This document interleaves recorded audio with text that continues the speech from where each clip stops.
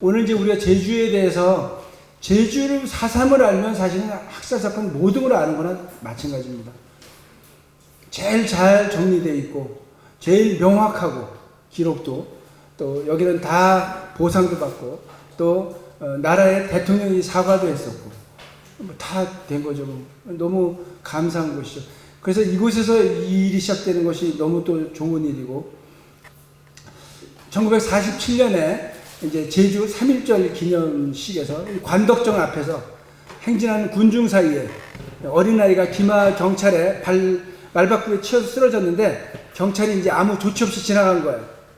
그래서 사람들이 이제 항의한 거예요. 그 과정에서 경찰이 총을 쏘는 사건이 이제 벌어지게 되고 경찰이 발포해서 6명이 사망하고 6명이 중상을 입습니다.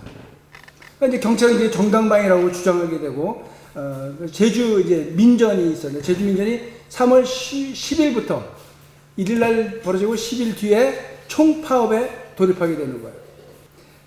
관공서가 마비되고 도민의 호응이 일어나게 됩니다. 그러니까 이제 제주 동영이 이제 수습해야 되니까 이제 유감 성명을 발표하면서 유화책을 펴지만 이게 이제 대구 사건에 이제 그 충격이 막 있었기 때문에 그때 이제 경찰의 수뇌부인 이제 경무국장 조병옥이 야 이거 대구 사건을 이렇게 처리해서 이렇게 막 그 인근 73개 지역까지 다 퍼져나가고 이렇게 되는 것은 이 초기에 더 강력하게 진압했어야 돼 라는 생각을 하게 된 거예요. 그러니까 유화책을 펴는 게 아니라 이제 그래서 이제 그 학습 효과를 오히려 잘못 적용하는 거예요. 그래서 무차별적인 진압책이 제주에서 벌어지는 거예요.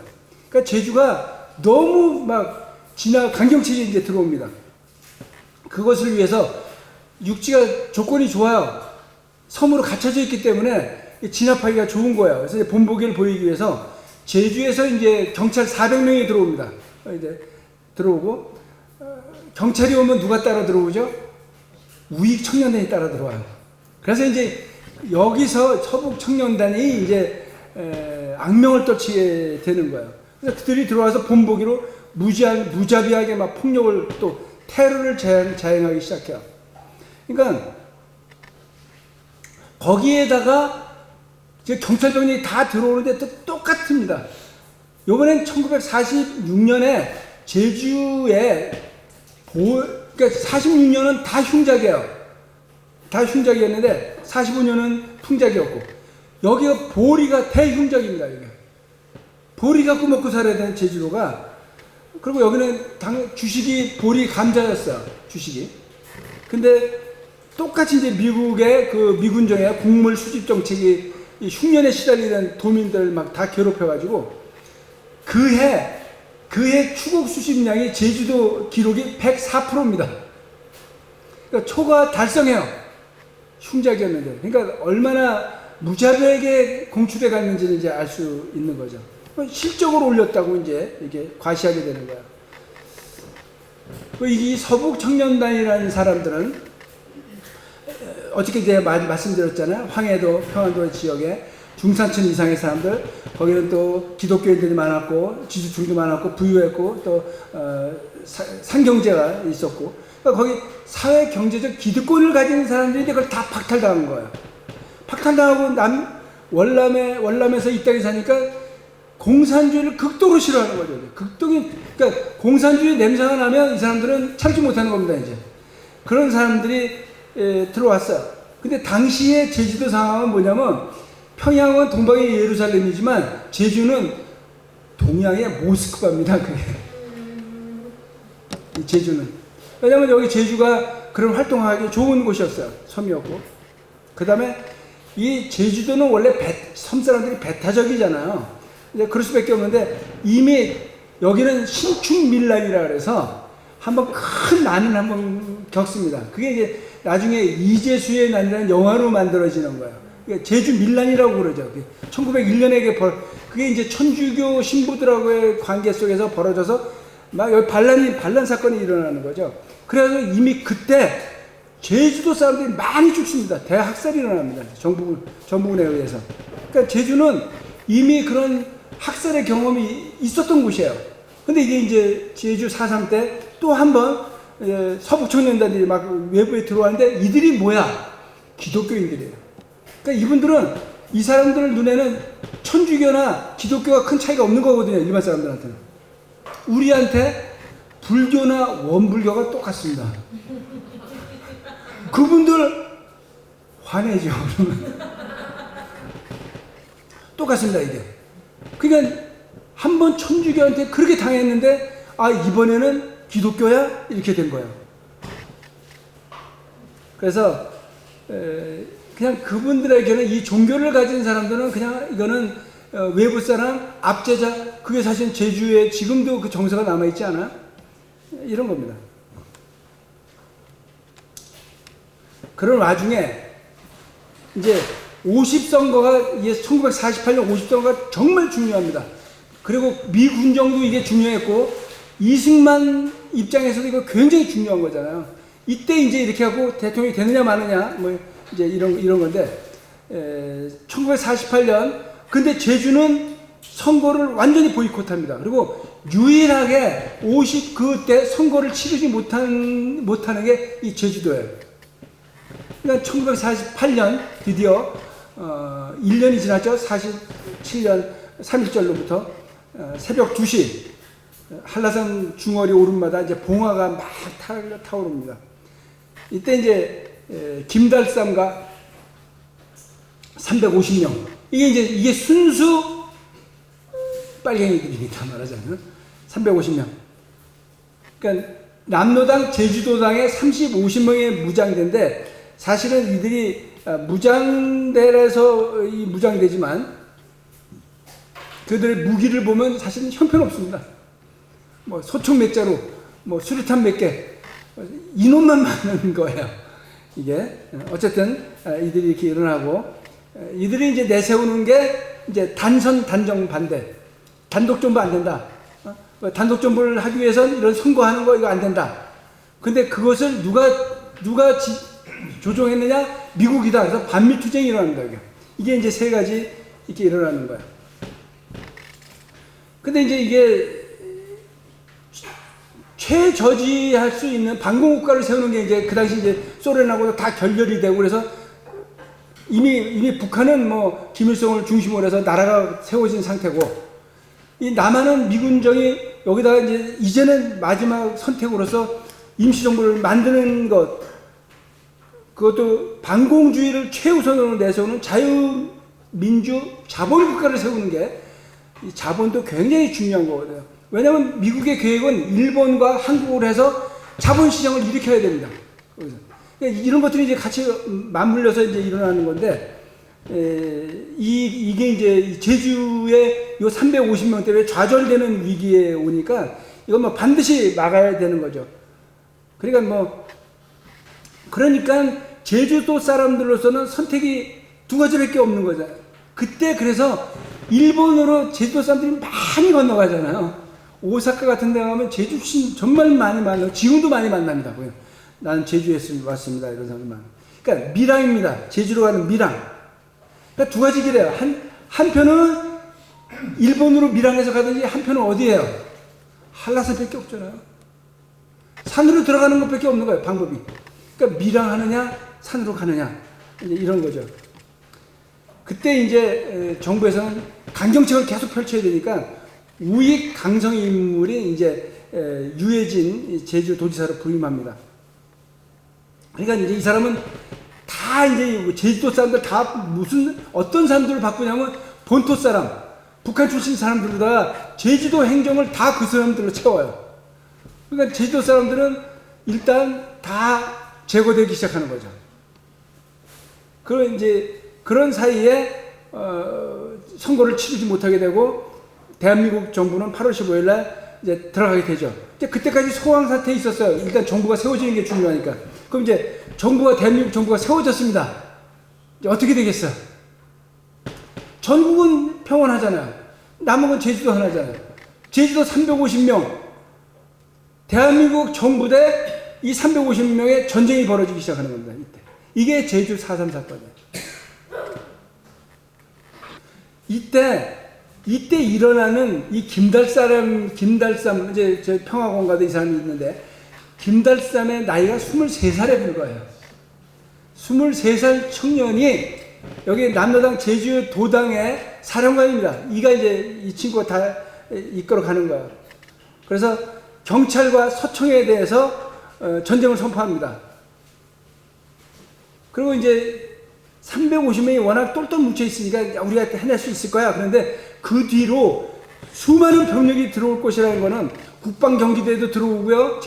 이 4.3을 진압하기 위해서 미군까지 막 들어오게 됩니다. 그게 뭐 이거는 싸움이 안 되는 거죠. 그러니까 지금 보시다시피 이 350명이 소총 27정. 나머지는 봉기에서 일어났는데 군대라고 일어났는데 이게 뭘 들고 있었겠냐는 거야. 권총 3정, 수류탄 25발. 이게 무기예요. 근데 여기 이제 국방경비대 미군까지 다 들어오는 거거든요. 그러니까 여순 사건이 일어나는 것은 여순의 한계 연대가 그래서 여길 들어오려고 제주로 들어오려고 배를 탔다가 그 배에서 그래서 반란 사건이 일어나는 거예요. 요거 잡으려고 자기네가 올 수 없다고 이제 여순 사건과 이거는 그냥 연속으로 있습니다. 그러니까 대한민국 정부는 이걸 국가 반란 사건입니다. 이걸 반란 사건으로 간주해서 국방경대를 이제 총동원합니다. 이제 그 안에 뭐 평화협정 뭐 이런 것들이 있었겠죠. 그래서 4월 28일 날 평화협상이 일어납니다. 그 당시에 김일열 중장이라는 사람이 있어요. 이 사람은 좀 약간 평화주의자입니다. 이 사람이 이제 김달삼하고 만나서 3일 안에 우리가 전투를 중지하고 무장 해제 다 시켜라. 그럼 내가 너희들 신변 안전 해주겠다라고 합니다. 그래서 이제 마지막 날 5월 1일만 지나가면 되는데 이때 오라리 방화 사건, 바로 넘어가야 되는데 안 넘어갔군요. 오라리 방화 사건이라는 게 일어납니다. 이건 뭐 조작이라고 볼 수 없죠. 그러니까 이것을 통해서 국가를 여기 소수를 희생시키고 국가를 반공국가를 딱 세우기 위해서는 지금 희생이 필요했는데 이게 평화협정을 맺어서 이게 되면 안 되니까 이 방화 사건이 일어나고 이거는 누가 일으켰냐? 뭐 그들이 한 거라고 이제 되는 거니까 그래서 평화협정이 결렬되고 결국은 그 김일열 중령이 끌어내립니다. 그 자리를 끌어내리고 이제 박진경 중령이라는 이분이 이제 굉장히 중요한 인물입니다. 이분이 나중에 부하들에 의해서 살해당합니다. 그러니까 김일열이라는 사람은 평화적인 사람이었는데 이 사람은 그 자리에 이제 보직에 의해서 해임되고 이제 강경한 박진경 중령이 이제 교체됩니다. 그리고 첫 일성이 이겁니다. 내가 그 당시 인구가 30만입니다. 제주가. 내가 제주도민 30명을 다 희생시키더라도 이걸 반드시 내가 진압하고 말겠다. 이렇게 얘기해요. 그러면서 양민과 폭도를 어떻게 구별하겠느냐? 이제 이렇게 시작되는 거예요. 그래서 무조건 일단 중산간, 늘 이 중간은 위험한 거예요. 중산간 마을에 있는 6,000명을 무조건 체포합니다. 그러니까 350명이 이제 시작했지만 처음에 희생되는 게 6,000명이에요. 그러니까 이걸 부당하게 느끼는 사람들이 있을 거 아닙니까? 그러니까 정의로운 몇 명의 부하들이 일어나서 6월 18일 날 박진경 중령이 암살당해요. 그리고 이제 군사법정에 서죠. 6명이. 그러면서 무고한 토벌절이 벌어지고 있었기 때문에 그걸 막으려고 했다. 이렇게 이제 항변하지만 다 사형 선고가 내려지고 다 사형당합니다. 이 암살한 사람들은. 이제 그 다음에 오는 박진경 중령을 대신해서 오는 사람이 송여창 소령입니다. 이 사람 나중에 대통령 후보까지 되는 사람이에요. 이 송여찬이라는 사람은. 이 송여찬이 와서 나중에 이걸 다 평정하게 되는 겁니다. 그러니까 정말 사나이라고 이렇게 칭송받던 사람이에요. 이분이 미국에 의해서도 그러고. 그러니까 이제 국방정비대에서는 그럼 과연 누구를 보내야만 박진경이 보내도 이렇게 부하들한테 살해당했는데 누가 가서 평정할까? 그래서 가장 강력한 사람을 보내오는 거고, 제주도의 비극은 이분 때문에 3만 명이 죽는 거고, 이분은 나중에 대권 후보까지 올라가게 되는 거예요. 그러니까 제주도에서 이 혁혁한, 그러니까 국가 반란을 잠재운 자리고 뭐 국가를 구한 거잖아요. 이번에 또 한국 전쟁 때도 또 혁혁한 또 전과를 올리는 분입니다. 우리나라에서는 그러니까 늘 그런 거죠. 우리가 반공을 국시로 하는 나라이기 때문에 진압을 잘하면 사실 나라를 안정적으로 구한 거라고 볼 수 있는 거고. 근데 문제는 그것 때문에 희생되는 게 늘 문제가 되는 거예요. 맞는 얘기입니다. 애국자죠, 이분이. 그러니까 그리고 350명이 먼저 공산당이 일어난 거 아니야? 맞는 말이죠. 그러니까 이제 제가 그래서 천단이가 말씀드렸듯이 그러면 죽은 3만 명은 어떻게 할 건데? 이 얘기란 말이에요. 아까 말했잖아요. 우리 가서 그분한테 말씀드렸잖아요. 그렇게 무고한 사람들이 그냥 잡혀서 죽고, 이렇게 중산간 마을 사람들이 6천 명이 그냥. 그리고 이 3만 명이라는 걸 한번 생각을 해 보십시오. 한번 숫자를 한번. 도대체 얼마나 많은 사람들이 죽는 겁니까?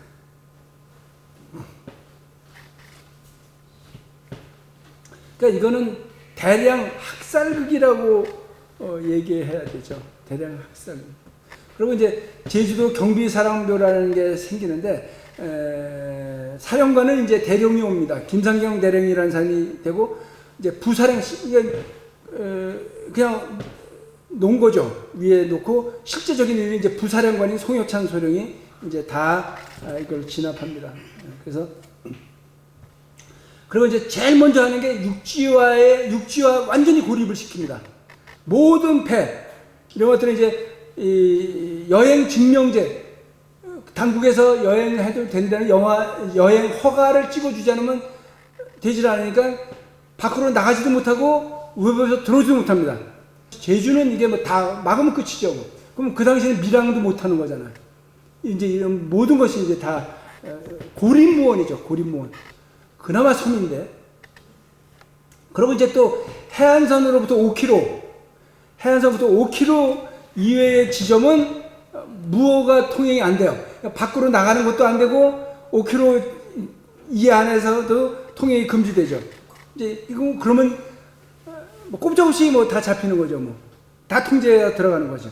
그러니까 이제 중산간에 있는 마을은 여기에 다 포함되는 겁니다. 근데 거기서 논밭을 일구고 살아가는 사람들이 있지 않습니까? 그러니까 다 해안가로 다 내려올 수밖에 없어요. 그리고 거기다 또 담을 쌓습니다. 거기다. 그러니까 그 순이삼춘이라는 소설을 보면은 거기서 담 쌓는 얘기가 나오거든요. 그래서 옹이팥인가요? 뭐 그런 밭에서 이제 죽어가는 이런 이야기가 나오는 거죠. 그리고 사실 3만 명이라 그러면 사실 제주도는 저는 그게 피로 물든 바다가 아니었겠느냐. 뭐 함덕바다, 우리는 함덕바다 너무 잘 알잖아요. 그 아름다운 물이 함덕에서 얼마나 많은 사람들이 죽습니까? 북천초등학교에서. 시죠, 뭐, 시. 그 아름다운, 정말 함덕 바다 색깔은 뭐 너무 유명한 곳 아닙니까? 그런데 그런 아름다운 곳에서 몇백 명이 막 이렇게 학살당하고 뭐 이런 일이 벌어지는 거죠. 여순주둔 14연대 1개 대대도 이제 제주도에 진파될 예정이었습니다. 그래서 10월 19일 날 이제 지창수 또 김지회 계급, 남로당은 이제 계급이 중요하지 않으니까 이 상사가 그 당시 최고 높은 사람입니다. 남로당 중에서 김지회보다는. 그래서 이 사람이 나중에 그 사령관이 돼서 총 이제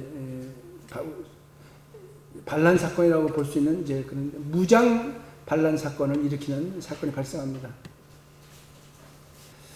어쨌든 그 여순 사건으로 인해서 미군정에 좀 의도가 있었습니다. 의도가 있어서 이때 살아남는 사람들은 일제와 함께 했던 그러니까 예를 들어서 광복군들, 김구 임시정부 밑에 있는 광복군들도 이때 다 숙청당합니다.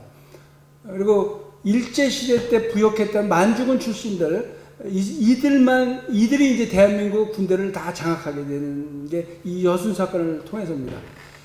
물론 이제 여기는 독립군 세력들 이런 사람들은 이제 좌익에 있던 사람들도 많이 있으니까 그들이 또 군대에 들어가서 많이 있었죠. 근데 이제 군사영어학교라는 게 있었는데 군사영어학교는 미국과 친한 사람들일 수밖에 없는 거잖아요. 그래서 어쨌든 이제 숙군이 이루어집니다. 숙군이 이루어지면서 이때 임시정부 쪽에 과거의 광복군들, 일본하고 싸웠던 광복군, 그러니까 일본군에 대항해서 싸웠던 사람들은 이때 다 숙청당하고 일본군에 있었던 사람들이 한국군들을 다 장악하게 되는 게 이 여순 사건을 통해서 일어나는데 자세한 얘기는 제가 생략하겠습니다. 그리고 여순 사건이 일어나서 여수와 순천을 장악하는 기간은 딱 10일입니다. 그리고 또 마찬가지로 이들을 진압하기 위해서 광주에 이제 바로 10월 19일 날, 10월 21일 날 광주에 반란군 토벌사령부가 설치되고 처음에는 이제 광복군 출신의 송호성 사령관이 임명되는데 이분이 이제 광복 출신인데 다 민족주의자들일 수밖에 없잖아요. 그러니까 이제 여순 사건을 일으킨 사람들에 대해서 온정적인 태도를 취해요. 아니 그 사람들이 제주 그렇게 가서 한다니까 일어난 건데 우리가 이걸 좀 처리를 이렇게 너무 강압적으로 하면 안 되지 않겠느냐. 처음에는 늘 이렇게 온건파들이 있는데 온건파는 바로 이제 해임될 수밖에 없는 거죠. 이때 등장하는 분이 우리가 잘 아는 백성엽 씨입니다. 뭐 논란이 많죠. 뭐 국립묘지에 가야 되는데 대전으로 가셨죠. 그리고 이 백성엽 장군은 또 낙동강 전투 때 혁혁한 전과를 올려서 사실 대한민국을 구한 분입니다. 그러니까 늘 우리 역사는 양면이 있으니까 했고 나중에 또 이분이 박정희를 구해냅니다. 그러니까 그리고 뭐 워낙 100세 넘게 장수하신 분이니까 그렇긴 하지만 이 여순 사건을 이분이 정리합니다.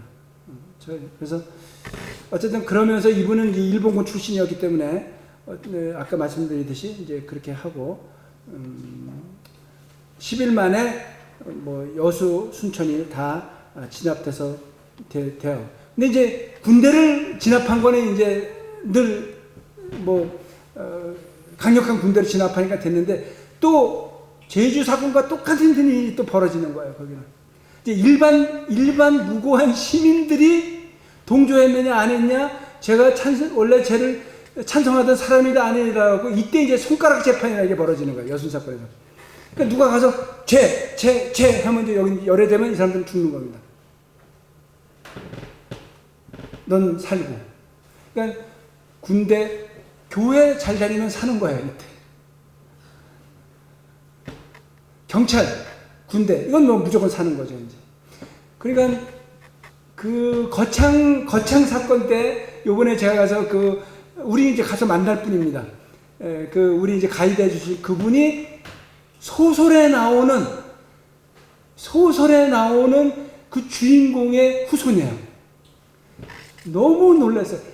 거창 사건 때 700명이 죽잖아요. 어린애들이 300명 이상 죽고 유일하게 한 가족만 살아남거든요. 미리 그 얘기를 하자면 임신을 해서 그냥 출산을 하는 거예요. 그날 다 교정에 모였는데. 그래서 애는 낳아야 되니까 딴 데로 데려갔는데 그래서 살아남아요. 그러고 그러고 나서 이제 해산을 하니까 그 중에 충청도 군인 하나가 있었는데 좀 먹으라고 음식도 갖다 줍니다. 그리고 총소리가 나고 다 죽고 여기는 살아나서 도망서 나오는 거예요. 이제 이런데 그분이 그에 관계된 가족분이 지금 가이드하고 있어요. 우리 이제 거창에서 만날 분이에요.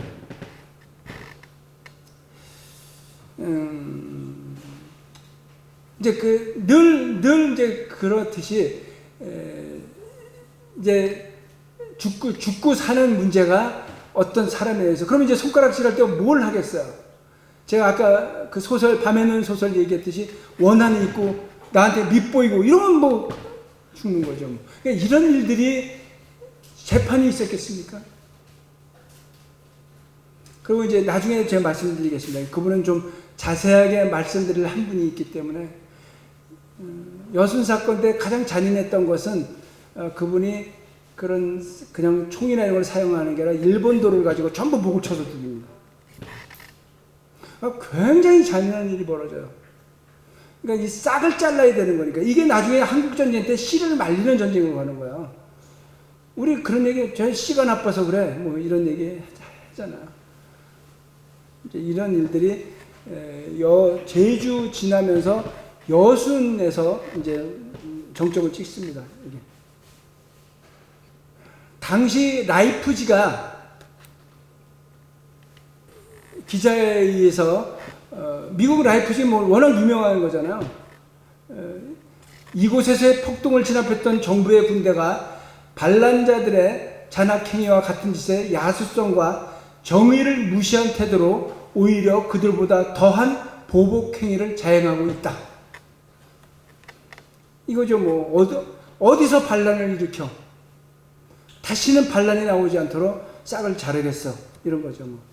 이때 여순 사건 때 민간인이 1만여 명이 희생되거든요. 막 폭격이 일어나고 그러니까. 그리고 학살이 5천 명이 죽습니다. 10일. 근데 그리고 이제 나머지 이렇게 그 당시에 죽지 않고 아까 그 제주 사건도 마찬가지입니다. 그분이 말씀드렸지만 자기 내일 이제 말씀드릴 거예요.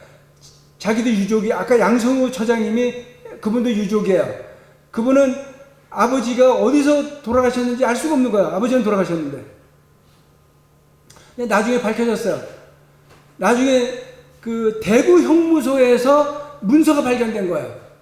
무슨 문서냐? 제주 4.3 사건 때문에 관련된 사람들이 대구에 수감되어 왔는데 거기서 국군이 후퇴하면서 다 사살하고 갔기 때문에 거기서 죽은 거예요. 그 나중에 알게 된 거예요. 그러니까 이제 그 당시에 이제 나중엔 다 밝혀지죠. 제주 4.3 사건 때문에 살아남은 사람들이 있을 거 아니에요. 민간인 중에서. 그럼 그때 이제 어느 정도 학살이 이루어지고 난 다음에 이제 분류해서 이제 재판 형태를 취해야 되니까 재판을 합니다. 그래서 5년형 받는 사람, 7년형 받는 사람. 그러니까 대전에서 5년형 받는 사람들은 대전 형무소로 가고, 7년형 받은 사람은 대구 형무소로 가고, 또 목포 형무소로 가고. 그러니까 형무소로 분산수감해요. 다 할 수가 없으니까. 여순도 마찬가지입니다. 여순도 나머지 5,000명은 이 5,000명이라는 것은 형무소로 보냅니다. 대구 형무소, 대전 형무소 이게 분산하는데 이들이 나중에 어쨌든 서울 서대문 형무소 사람들만 무사하고 인민군이 들어와 다 풀어주니까 거기만 괜찮고 나머지 대전부터 대도시에 있는 형무소에 있는 사람들은 국군에 의해서 다 죽거든요. 이때 희생되지 않고 살아남은 5,000명이 감옥에 가서 몇 년 지나면 이제 풀려날 거 아니겠습니까?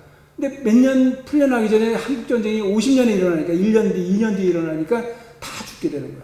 그러니까 제주에서도 사실은 전쟁만 아니었으면 살아날 수 있었던 사람들이 있는데 다 죽는 거예요. 그러니까 이제 그 양성우 처장 같은 경우에는 이제 이렇게 살아남았다.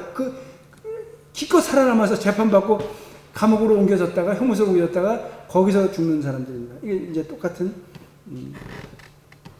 일들이 벌어지는 거죠.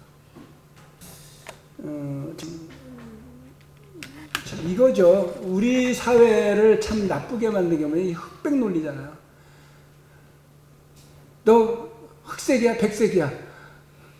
회색은 없잖아요. 민주주의 국가 되면 회색이 많아지는 거예요. 그러니까 캐스팅 보트 지금 이제 우리는 이제는 말할 수 있는 시대가 됐잖아요. 그러니까 오죽하면 대한민국 프로가 이제는 말할 수 있답니까? 그러니까 말할 수 없는 시절이 있었잖아요. 근데 지금은 말할 수 있을 정도가 아니죠. 행동할 수 있죠, 이제는. 그런 시대가 왔어요. 왜냐하면 이제 안정적인 민주화 시대에 들어갔으니까. 그러니까 이 시대에는 흑백 논리가 사라져야 되는 거죠. 그러니까 시대 정신으로 보면. 근데 아직도 흑백 노래가 남아있고, 제일 많이 남아있는 데니까, 대는 정말 안타깝게도 교회입니다.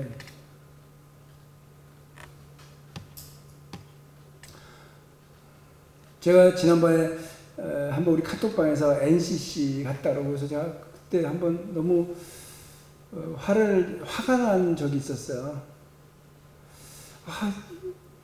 WCC가 시작된 게 왜 시작됐는지. 예를 들면 이런 겁니다. 그러니까 세상에는 여러 가지가 존재합니다. 여러 가지. 우리가 한 가지로 다 어디가 옳다고 할 수 없어요. 오히려요, 내가 옳다고 하는 데는 틀렸을 확률이 90%입니다. 이단 보세요. 절대로 옳죠, 거기는. 이론에 여지가 들어가지 않죠. 우리는 그렇게 다 옳지 않습니다. 그러니까 부분 옳아요. 그리고 우리가 부분 고쳐야 됩니다. 그렇다고 해서 제가 거기를 뭐 지지하고 이런 건 아니에요. 그러나 우리가 무엇이든지 헤아릴 줄 알아야 되는 거예요. 왜 시작됐는지. 이게 하도 죽여대니까 WCC가 시작된 거예요. 좀 교단 간에, 캐톨릭과 개신교 간에 좀 그만 죽이자. 이렇게 시작되는 겁니다, 이게. 우리가 복음을 전파하는 순교로서 죽어간 사람보다요, 교리가 달리고 교단이 다르다고 죽은 게 얼마나 많습니까? 그건 우리가 종교개혁 초기부터 뭐 알잖아요. 뭐 켈빈과 뭐 이런 것들이 얼마나 많은 사람들을 그러니까 자기와 맞지 않고 유아세를 인정해요. 어떻게 유아세를 인정해서 막 다 죽어가잖아. 삼위일체를 성부, 성자, 성령을 얘기해야 되는데 하나님과 성부의 얘기만 했다고 죽이잖아요. 이런 역사들이 막 일어나잖아요. 이게 기독교 역사예요. 영국 30년 전쟁으로 다 얼마나 구교와 신교 간에 얼마나 많은 사람들이 죽어갑니까? 그러니까 이게 하나님의 이름으로 늘 죽이는 일이 벌어지니까 이거 하지 말자고 시작되는 게 WCC예요. 그리고 타 문화권에 선교 잘합시다 해서 생긴 게 WCC인 거 아세요? 선교 전략 중에 하나로. 그러니까 그게 나중에 나빠질 수 있죠. 그러니까 거기는 잘해야죠, 앞으로. 한국 교회 교단이 들어가 있는 교단이 몇 개입니까? 나머지 순복음, 뭐 감리교단, 통합 다 들어가 있죠. 거기는 선결교단까지 들어가 있습니다. 그리고 한쪽에서만 아닙니다. 저기는 나쁜 곳입니다. 이렇게 얘기하면 안 된다는 거예요, 저는요. 그러니까 우리가 남을 욕하는 것도 중요하죠. 그들도 잘 가요. 그럼 우리는 잘 가고 있습니까? 이러는 거죠. 여러분, 제가 정말 여기서 얘기할 수 있는 거는요. 우리가 한번 이 죽어간 생명들에 대해서 우리 한번 일어납시다. 문구 하나가 뭐가 그렇게 중요합니까? 그러니까 제가 그런 생각이 드는 거예요. 내가 그냥 교회와 일하지 않고 영화를 만든다면 정말 그냥 만들 거예요, 저는요. 제가 만든 영화를 이제 앞으로 보십시오. 적나라하게 만들 거거든요, 제가요. 지금 한국이 영화들 뭐 100,000만 넘어가는 영화들 한번 보십시오. 얼마나 잔인한지. 영화들 전부 욕에다가. 근데 그런 영화 만들면 1,000만 넘어갑니다. 이렇게 썩어 있잖아요, 대한민국이요, 지금. 그럼 이거 교회가 고칩니까? 이거 교회가 고쳐야 되는 거 아닙니까? 왜 그런 거 고칠 생각은 안 하고 이 안에서 이렇게 싸우는 거예요. 그러니까 전 그런 얘기 하려고 그러는 거예요. 그러니까 그래서 제가 그날 좀 분노가 일어났어요. 이렇게. 그러면 이분들의 생각은 나는 죽은 사람들의 무고한 사람들, 억울한, 지금도 죽어갈지 모르는 사람들, 지금 우크라이나에서 죽어가고 미얀마에서 죽어가는 사람들을 위해서 우리가 뭘 해요? 아무것도 안 하잖아요. 그리고 우리는 앉아서 교리적인 거, 그건 나빠, 거기에 너 들어가 있어? 이거만 하고 있다면 우리는 정말 주님 앞에 설 수 있냐는 거예요. 그런 것들이 일어났어요. 제가 이렇게 흥분하면 안 되는데. 죄송합니다. 제가 이렇게 흥분하면 안 되거든요. 근데 제가 그래서 저 혼자는 기도했어요. 하나님, 제가 이제까지 눈치 보고 살았습니다. 이제 유엔이 정한 노인이 됐는데 주님, 그럼 제가 주님 갈 때 갈 날이 멀지 않은데 제가 남은 인생을 어떻게 살아야 될까요? 제가 더 이상 눈치 보고 살 필요가 없지 않습니까? 이제는 주님이 연결시키는 곳과 주님이 이 땅 가운데 숨겨둔 사람들과, 아니 주님이 만약에 이 영화를 만들기를 원하신다면 제가 그동안 만들었던 방식과 똑같은 거죠. 제가 뭐 소유물이 있어서 제가 만들었습니까? 아니거든요. 만들 때마다 제로에서 시작했어요. 제가 원주민 영화 만들어서 그렇게 다 하고 났는데 다시 일본 영화 만들려고 했더니 또 제로야. 일본 가야 될 때 그때 500만 원이 필요했는데 마침 돈이 없는 거야. 얼마나 감사한지. 왜 감사하냐? 기도하면서, 하나님, 이제는 제가 돈이 없으니까 일본에도 못 가요. 난 일본 영화 안 만들려고 40일 작정 기도를 했으니까. 근데 갑자기 누가 헌금을 했어요. 500만 원을. 감사한 게 아니라, 이 사람이 왜 헌금을 하지? 지금 헌금하면 안 될 텐데. 그래서 할 수 없이 그거 갖고 일본 간 거예요. 근데 거기서 요나서 말씀을 저한테 주신 거예요. 그 강대국에 이스라엘 선지자가 가야만 됐던 거예요. 식민지나 다름없는 일본에다가 한국인은 제가 가서 너희들 이러면 멸망한다고 선포해야 되는 거예요. 그래서 제가 주님한테, 왜 접니까? 왜 이런 거 있잖아요. 왜 힘든 일은 저만 시킵니까? 저도 박수 받는 일을 좀 하고 싶은데. 이게 이제 그런 거거든요. 이번 것도 비슷하잖아요.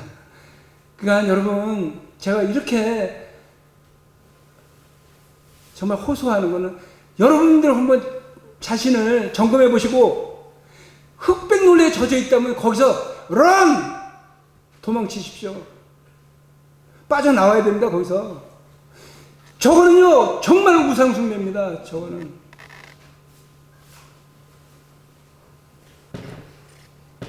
유가족들 좀 상황을 한번 봤으면 좋겠습니다. 이건 뭐 이런 얘기 뭐 더 해야, 이때 이제 국가보안법도 생긴 거고요. 제가 말씀드렸죠. 학도국단이 생겨서 이제 학생들에게도 군사훈련을 이제 시키기 시작하고요. 이게 충성분자들을 만들어내는 거죠. 근데 사실은 이거 좋은 점입니다.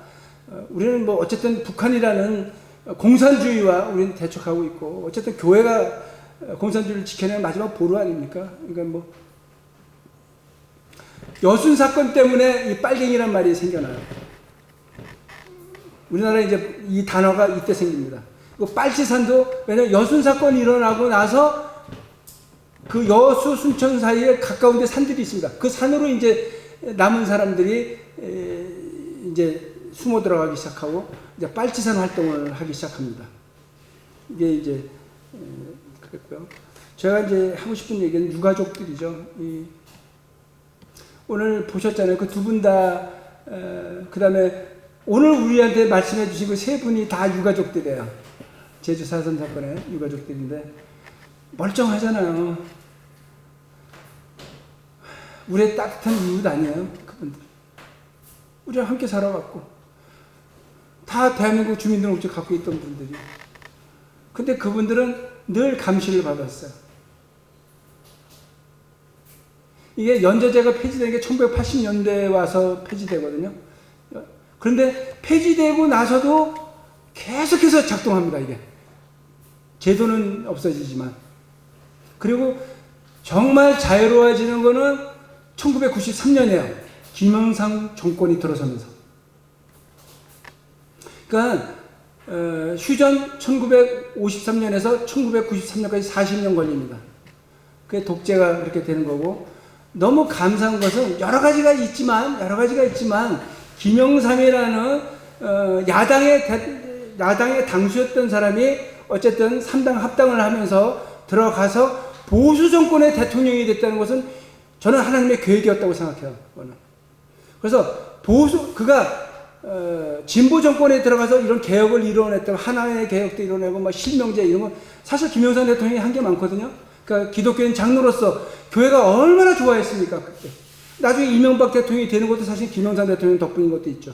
또 한 번 우리가 장로 대통령을 한번 만들어 보자, 이런 게 교회 안에 있었으니까. 어쨌든 그분이 그런 보수 정권, 나쁘게 말하면 독재 정권의 연장선상에 있던 정당에 들어서 대통령이 돼서 거기서 개혁을 이뤄냈다는 건 아까 제가 말한 박정희 대통령이 북한하고 함께해서 공동성명을 만들어낸 것처럼 저는 굉장히 현대사에 의미 있는 일들이라고 생각하고 있어요.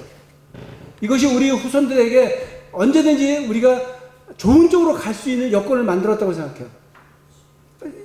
그리고 93년이라는 해를 기점으로 해서 한국에 정말 자유화가 이루어지기 시작합니다. 그리고 IMF가 오면서 비로소 이제 김대중 정권이 들어서면서 진보 정권이 들어서게 되는 거예요. 그리고 그때부터 이런 유가족들 진실과 화해의 이게 이제 다 그때부터 시작되는 거예요. 유가족들이 살아나는 게 김영삼 정부부터 살아나고 제도적으로 살아나는 거는 이제 진보 정권이 들어와서 그러니까 그 밑바탕이 몇 년 동안에 이루어지고 나서 드디어 노무현 때 와서 국가적인 사과도 일어나게 되는 아주 놀라운 일들이 이제 벌어지게 되죠. 그러니까 우리나라는 먼저 하나님께서 경제적으로 먹고 살 문제를 해결해 주셨고요. 그 다음에 우리에게 또 시민의식을 불어넣으셔서 민주화를 이룬 거예요. 그러니까 이 두 개를 제가 또다시 한번 강조하지만은 경제화가 이루어지기까지는 보수 교회들이 한 거예요. 그리고 민주화를 이룰 때는 종로 5가에 거기에 가서 사람들이 뭐 CBS나 이런 것도 또 해서 그거는 NCC 계통의 그 WCC 계통입니다. 그분들이 우리나라의 민주화를 이룬 거예요. 진보. 어쨌든 그렇게 이 가족들에 대해서 시대가 지나면서 그럼 그 시대가 오기 전까지 이분들은 정말 고통 속에 살았던 거죠. 우리가 유가족을 앞으로 위로하는 일에 저희들이 좀 나서야 된다고 생각하고요. 저는 그게 이제 제 남은 인생에 해야 될 일이라고 생각하고 있어요. 다시 4.3 사건으로 넘어가서 서북청년단이 와서 서북청년단이 한 일에 대해서는 뭐 더 이상 얘기하지 않겠습니다만은 저도 이제 놀랬던 거는 함덕에 서북청년단으로만 구성된 중대가 주둔한 곳이 함덕입니다. 우리는 역사적인 곳에서 있었던 거예요. 가장 피 흘림을 주도했던 세력이 있는 곳에서 우리는 예수전도단 열방대학이 세워지고 우리가 거기에서 경제를 우리가 일으켰다고 얘기하면 이상하죠. 그러나 많은 분들을 우리가 먹여 살렸던 거죠. 거기서.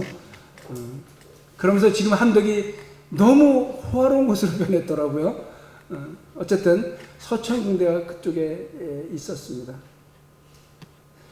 그리고 이 서북청년단이 제주 4.3과 이 여순을 거치면서 1000명 이상이 다 군인으로 변합니다. 정식 또 경찰 뭐 이런 사람들이 정식으로 경찰. 그러니까 이제 그럼 어떻게 됐겠어요? 이 강성인 분들이 다 제도권에 들어가니까 대한민국 군대와 경찰은 그분들의 영향에 들어가게 되는 거죠. 또 이분들이 우리 38선 휴전선 이북에서 막아내는 천병이 되니까 늘 좋은 점과 나쁜 점이 함께하고 있고요. 이분들의 권력이 제주에 있을 동안에 너무 세서 조천 면장, 아까 조천이 세다 그랬잖아요. 조천 면장이 이분들에 의해서 죽습니다. 그러니까 이분들에 의해서 뭐 신문사 사장, 이분들에 의해서 막 죽어나갑니다. 그리고 여기는 완전하게 한쪽 색깔을 가지게끔 이렇게 되는 거죠. 우리가 너무 백조 일선지묘. 우리가 지난번에 강의로만 했는데 직접 오늘 갔네요. 가고 저는 이제 아까 서달 오름 가서 엉뚱하게 30분을 촬영 다 하고 막 기다리고 이 사람들이 왜 안 오나 뒤졌더니 소주병이 있는 거여서 여기서 하는 건 맞는 것 같은데 딴 데서 하고 있는 거를 그런데 그러고 나서 저는 거기를 갔다가 이제 백조일선지묘에 가서 촬영을 해야지 생각을 했던 거예요. 계획이. 어쨌든 오늘 거기를 갔습니다. 가서 이 모슬포에서 이렇게 이런 일이 벌어졌고 여기는 이제 가장 대표적으로 이제 그렇게 많은 사람들이 죽었지만 4.19 혁명 때 4.19 혁명이 일어나서 이제 민주정부가 잠깐 1년 동안 들어서잖아요. 들어섰을 동안에 이제 전국에서 우후죽순해서 유가족 문제가 이제 들고 일어납니다. 그런데 이제 그게 1년도 못 가서 이제 5.16 군사 쿠데타가 일어나면서 아까 제가 그 유가족끼리의 그 분류가 이루어진다 그랬잖아요. 강한 사람들과 이 사람들 좀 약한 사람들은 강한 사람들을 밀쳐내고 살아남아야 되니까 태극기 걸고 이러면서 이제 살아남는 건데, 박정희의 컴플렉스가 그거예요. 자기가 한때 남로당이었다는 거예요. 그러니까 이 컴플렉스를 없애기 위한 방편. 왜냐하면 사실은 실제적인 선거에서 그 당시에 졌다고 봐야 됩니다. 제가 부정선거 이야기는 하지 않겠습니다만 진 겁니다. 진 건데 어쨌든 되거든요. 그쪽이 되고 나니까 그리고 마지막에 반대쪽에서 뭘 터뜨리느냐, 신문에다가 불과 선거 며칠 안 놔두고 남로당이었다고 대면으로 막 이제 박정희를 공격했는데, 그런 와중에서 박정희가 승리하거든요, 선거에서. 이제 그런 시간들을 지나면서 박정희로서는 무엇을 벗어야 되냐면 이 컴플렉스를 벗어내야 되는 거예요. 거기에 다시 희생되는 게 이 유가족들이에요. 그래서 여기도 그렇지만 거창 같은 경우도 그렇고, 여기는 아예 가루를 내버리잖아요. 묘석을. 싸그리 없애고 다 묻어버립니다. 그러니까 이게 10년 동안 한국전쟁 끝나고 묻어뒀던 게 잠깐 드러났다가 완전히 더 깊은 곳으로 묻히고 30년 가는 거예요. 그 뒤로. 이제 그러니까 그 대표적으로 가장 핍박받은 곳이 바로 백조일선지묘예요. 그러니까 이제 그런 것들이 다 이렇게 대표적인 게 이렇게 제주에 있는 거라는 거죠. 순이 삼촌 얘기는 좀 해야 될 것 같습니다. 처음 듣는 분들도 많이 있고, 그러니까 제주가 나온 대단한 그 소설가입니다. 이분이 순이 삼촌이라는 건 1978년에 발표해요. 이게 이제 제주 4.3을 다루고 있는 거예요. 그러니까 금기어잖아요. 제주 4.3을 다루면은 무조건 군사 독재 시절에는 저도 사실은 한번 가본 적이 있는 곳입니다. 가서 저는 시나리오 한번 잘못 썼다가 다짐 받고 이제 앞으로는 경찰이 유능한 경찰로 쓰겠습니다 하고 이제 무사히 나오긴 했지만, 그러나 밤새도록 좀 어려움을 겪었습니다. 이 시대는 그런데 이제 가는 시대니까 순이 삼촌을 4.3 사건의 참혹상 또 그 상처를 이제 한국 사회에 이제 폭로했어. 근데 이분은 이제 중정에 끌려가서 지금도 그때 후유증으로 한쪽 귀를 못 듣습니다. 이분이 순이 삼촌 쓰고. 그러니까 4.3을 알리는 대신에 이분은 한쪽 귀를 잃었습니다. 그리고 이분은 빨갱이라고 이렇게 고문당하고 한참 했지만, 자신이 이렇게 나중에 고백했어요. 그들은 나에게 빨갱이라고 해서 고문했지만 내 손에 나온 건 빨간 피밖에 없었다. 이런 이제 명언을 남깁니다. 그리고 이 소설의 배경이 함덕이에요. 우리는 역사적인 곳에 있었는데 왜 이렇게 몰랐어요, 이거를. 그리고 이분이 알고 봤더니요, 제가 나온 이분이 서울사대 나오신 분인데, 그래서 제가 고등학교 3학년 때 이분한테 배우지는 않았는데 이분이 국어선생으로 부임하신 거야. 어쨌든 1년이라는 시간을 저와 함께 있었던 거예요. 그래서 이거 끝나고 올라가서 이제 한번 뵙고 제가 이분 이제 좀 인터뷰 하려고 합니다. 참 묘하죠. 제가 열방대학에 있을 때 2년을 북촌교회를 다니면서 북촌 초등학교를 늘 그렇게 지나갔는데, 그 많은 학살이 일어났던 데를 지나다니면서 한번 이걸 몰랐다는 게 한편은 은혜지만 한편은 정말 하나님께 죄스러운 이 생각이 좀 들더라고요. 우리가 사실은 기억을 회복하기 위한 전쟁을 하는 겁니다. 70년 전의 것을 다시 기억해내야 돼요. 성경이 왜 옛날 것부터 쭉 기록되어 있습니까? 잊지 말라는 거거든요. 이스라엘이 열왕기를 쓰고 사무엘서를 쓰고 역대기를 쓰고 계속 씁니다. 에스라, 느헤미야 계속 씁니다. 기억하라는 거예요. 그리고 우리가 그 지도자들이 늘 그러잖아요. 우리를 구해낸 여호와를 기억하라. 홍해를 건너게 하신 그 하나님을 기억하라. 계속 기억하게 합니다. 여러분, 우리는 70년 전의 것을 왜 이야기하냐고 하는 사람들은 정말 무지한 거예요.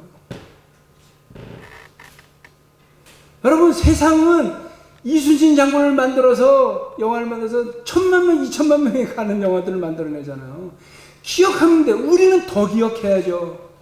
우리는, 교회는 역사가 하나님의 것인데, 성경 역사, 그 성경은 이스라엘 역사를 다뤘을 뿐이지만 우리는 우리의 역사가 있잖아요.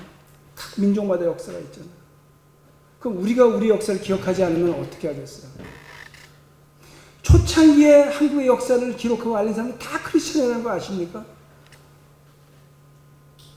근데 지금에 와서는 우리가 전문성도 떨어지잖아요. 세상에 대해서. 그러니까 교회가 모르는 것을 세상이 알고 있는 시대가 왔어요. 우리가 교회 부흥기에는 세상이 모르는 걸 교회가 다 알고 있었거든요. 근데 이제는 시대가 역전됐어요. 우리가 이 기억하는 일, 이것에 정말 우리 후손들이, 이게 나는 다음 세대들이 이 일을 해야 된다고 생각하고, 저는 사실 제 나름대로 이 기억하려고 이 작업을 하는 거예요. 왜냐하면 이게 너무 중요한 일이니까. 그리고 저는 이 기억하는 일, 여기에 교회가 나서야 된다고 믿어요. 이 세상에 죽어 마땅한 생명이란 없습니다. 그가 어떤 이유로 죽었던 간에 주님에게는 귀한 생명이에요. 여러분, 하나님 입장에서 생각해 보세요. 죽어 마땅한 생명이 있을 거라고 생각하세요? 우리는 사도신경 주기면서 잊어버린 것들이 많잖아요. 주님이 부활하시기 전에 음부에 가시잖아요. 영어 성경에 있는 것들이 우리나라에게는 빠져 있잖아요. 왜 음부에 가십니까? 예수님께서. 그 죽음들을 위로하시러 가는 거 아니에요? 주님은 하나라도 더 구하고 싶으신 거잖아요. 왜 세상이 귀하냐는 거예요. 그들이 언제 구원받아서 늦게 된 자가 앞선 자가 될지 누가 알겠습니까? 저는 제가 뒷선 자였다가 앞장선 자가 됐잖아요, 지금은. 저는 죽었어야 되는 사람이거든요, 사실은. 근데 주님이 저 같은 사람도 살리셔서 다시 살리신 거예요. 근데 그 능력이 우리 안에 있다는 거예요. 그게 교회라는 거예요. 교회는 살아있는 자들을 상대하는 데가 아니에요, 여러분. 죽어가는 자들, 이미 죽은 자들을 다시 살려내는 게 교회라는 걸 여러분 믿으셔야 돼요. 주님이 나사로야 일어나 나오라라고 말씀하잖아요. 우리가 그거 해야 되잖아요. 근데 걔네들은 죽었어야만 마땅한 애들이잖아, 이렇게 생각하고 있잖아요. 그것에 대해서 저는 그래요. 어쨌든 이렇게 우리가 소수가 모여서 이렇게 하지만 우리한테 회복시켜야 된다고 생각해요. 우리는 영혼에 대한 사랑, 또 아픔과 고통을 겪는 사람들을 대신할 수 있는 공감, 이게 우리 안에 있어야 되잖아요. 그게 제자죠. 주님의 제자죠. 주님의 자녀죠. 전도 잘하고 말 잘하고 이게 아니잖아요. 우리 마음속에서부터 대변혁, 새로운 교회가 일어나야 될 줄 믿습니다.